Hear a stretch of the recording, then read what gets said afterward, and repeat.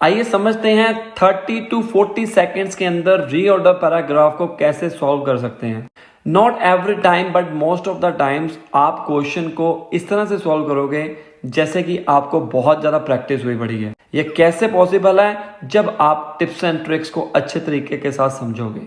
देखो, दो कलर्स मैंने आपको बताए हुए हैं, yellow and green. Rule number 1, noun pronoun. पहले नाउन आएगा, बाद में प्रोनाउन आएगा। नाउन क्या होता है? Name, city name, building name, किसी पर्सन का name. Pronoun he, she, it, they, them, या इन शॉर्ट नाउन की जगह पर हम प्रोनाउन का इस्तेमाल कर सकते हैं। नंबर 1 से स्टार्ट करते हैं। गोथल्स। गोथल्स सर नेम है, ये पहले नंबर पर नहीं आएगा। सेकंड पे दिस अचीवमेंट नहीं आएगा क्योंकि दिस आ गया। दिस अचीवमेंट का मतलब ये है कोई ना कोई पहले अचीवमेंट हुई होगी तभी। तीसरे के अंदर पूरा नाम आ गया, जॉर्ज वाशिंगटन गोथल्स, ये वाला आएगा पहले नंबर पे। उसके बाद हमारा सरनेम आएगा नंबर 1। पहले 3 आएगा फिर 1 आएगा। अब दोबारा दूसरे के ऊपर चलते हैं। कंसीडरिंग दिस अचीवमेंट, अगर 3 के बाद 1 आया है, 1 में क्या कोई अचीवमेंट दी हुई है वो चेक करते हैं। Goethals found the difficulty of the, यहां पर तो डिफिकल्टी फाउंड कर रहे हैं, कोई अचीवमेंट नहीं दी गई। अब हम चलते हैं चौथे की तरफ। By taking intense personal interest in the men and expressing satisfaction in their individual achievements, यहाँ पर individual achievements की बात की गई है। कहने का मतलब ये हुआ कि चौथे के बाद सेकंड वाला जरूर आएगा, लेकिन 1 के बाद 2 नहीं आएगा। अब हमें ये देखना है कि 4th पहले पे आएगा, जो कि नहीं आएगा क्योंकि इसके अंदर ही का इस्तेमाल किया हुआ है और प्रोनाउन नहीं आएगा, पहले नाउन आएगा। तो हमारे को 2 सीक्वेंस मिल गए, पहला, तीसरा और पहला एक सीक्वेंस बना, दूसरा बन गया 4th और 2nd। तो हमारा फाइनल आंसर आ गया 3142।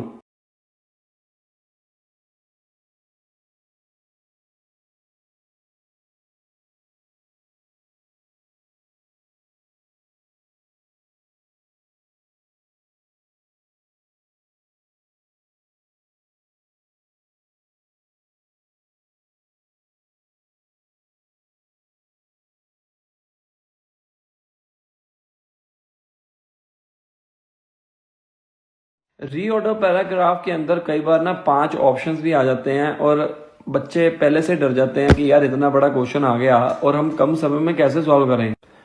ट्रस्ट मी, अगर आपके पास प्रॉपर टिप्स एंड ट्रिक्स होंगी, स्ट्रेटजीज होंगी, प्रैक्टिस की होगी, हर एक क्वेश्चन के अंदर आपने अच्छे से समझा होगा, अगर गलत भी किया होगा प्रैक्टिस के दौरान और ये देखा होगा कि इसका आंसर क्यों आया, रीजन ढूंढा होगा, तो आपका दिमाग भी उसी तरह से चलेगा रियल एग्जाम में। कुछ बच्चे क्या करते हैं, क्वेश्चन को रीड करके ना उसको रट्टा लगाना शुरू कर देते हैं, क्या ये क्वेश्चन अगर आ गया तो हम ये कर लेंगे। कुछ सोचो कि इतने सारे प्रेडिक्शन के क्वेश्चंस जो हैं, क्या वो याद कर सकते हो? नहीं कर सकते। अगर कर भी लोगे, इसकी क्या गारंटी है कि वो क्वेश्चन आ भी जाए? अगर आ भी जाए तो सारा तो आने नहीं लगा है, 1 या 2 क्वेश्चन आ जाएंगे तो हमारे नंबर 7 ईच या 8 ईच आ सकते हैं क्या? नहीं आ सकते गाइस। तो बेटर ऑप्शन क्या है, इतने सारे क्वेश्चंस को याद करने की बजाय ना आप प्रॉपर वे के साथ समझो। जब भी रीऑर्डर पैराग्राफ आता है तो कनेक्शन ढूंढने की कोशिश किया करो। लास्ट वीडियोस में मैंने बहुत सारे क्वेश्चन को सॉल्व किया है और कनेक्शन बनाना सिखाया था आपको कि इस तरह से कनेक्शन बनेगा, तो आज भी हम वही करने वाले हैं। गाइज, आपने देखा होगा इस क्वेश्चन के अंदर आपको 2 कलर से मैंने हाईलाइट किया हुआ है, पहला है ग्रीन, दूसरा है येलो। तो जब भी रीऑर्डर पैराग्राफ आता है आपने फर्स्ट ऑप्शन से स्टार्ट कर देना है पढ़ना। जैसे कि ग्रीन वाले को देखते हैं, at that time. At that time मतलब कोई ना कोई बात की हुई है, कोई ना कोई चीज हुई है, उसकी बात कर रहे हैं। फिर देन आ गया, ये भी नहीं आएगा। 4th में और 5th में, 4th में आ गया प्रोनाउन, दे के बारे में बात कर रहे हैं। दे किसके लिए यूज होता है? दे प्लूरल के लिए यूज करते हैं। जो प्लूरल है वो आप देख सकते हैं दूसरे नंबर के ऊपर है। तो कहने का मतलब ये हुआ कि 2nd के बाद 4th जरूर आएगा। हमें एक पेयर मिल गया, हालांकि मुझे इंडिपेंडेंट सेंटेंस अभी तक नहीं मिला है, लेकिन कई बार ढूंढते ढूंढते आपको पेयर मिल जाएगा।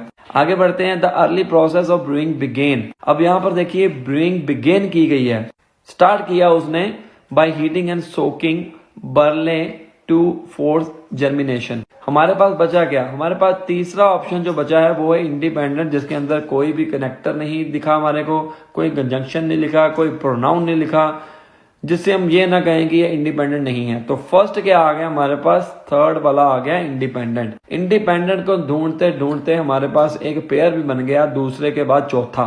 तो अभी हम थर्ड को पढ़ते हैं। The earliest settlers brought fermented beverages from England with them to America. अब एक टाइम की बात कर रहे हैं। अब टाइम जो डिनोट किया गया है वो पहले नंबर के ऊपर किया हुआ है। At that time brewing was a house hold industry. अब अगर हम देखें कि फर्स्ट के बाद सेकंड की अपॉर्चुनिटी बनती है, producers then mix the end product. अब यहां पर अभी स्टार्टिंग किया है, brewing was a household industry carried on primarily by farmers and to and keepers. अब ब्रूइंग की जो बात की गई है वो अर्ली प्रोसेस हम मान सकते हैं 5वें नंबर के ऊपर है, लास्ट वाले के ऊपर है, 5th के ऊपर है। The early process of brewing began, ये उसने बताया कैसे हुआ। तो हमारे पास क्या आंसर मिला, 3, 1, 5। और हमने जो दूसरे वाले के पीछे फोर्थ लगाया था वो वाला आ जाएगा। तो फाइनल आंसर हमारे पास क्या आया, 3, 1, 5, 2, 4। 2 के बाद 4 मैंने आपको एक्सप्लेन कर दिया था, उसको ज्यादा पढ़ने की जरूरत नहीं है। तो देखो कैसे हमने अगर समझ के करेंगे तो इजी वे के साथ हम इन रीऑर्डर पैराग्राफ्स को बड़े ही अच्छे तरीके के साथ सॉल्व कर सकते हैं। लाइक करो, शेयर करो, सब्सक्राइब करो, ऐसी ही और वीडियोस आती रहेंगी। और मेरे चैनल के ऊपर नए आए हो तो जल्दी जल्दी सब्सक्राइब कर लीजिए और सामने दिए गए नंबर के ऊपर कॉल कर सकते हैं। अगर आपको दिक्कत आ रही है किसी भी टॉपिक में, पीटी पास नहीं हो रहा, पता नहीं लग रहा, अपने टाइम के ऊपर क्लासेस लेना चाहते हो, 1-to-1 क्लासेस हम प्रोवाइड करवाएंगे। जल्दी से जल्दी अपना स्लॉट बुक करो। पूरे वर्ल्ड वाइड के अंदर PT core, PT academic, PTE, UKVI की हम क्लासेस देते हैं एज पर योर टाइमिंग।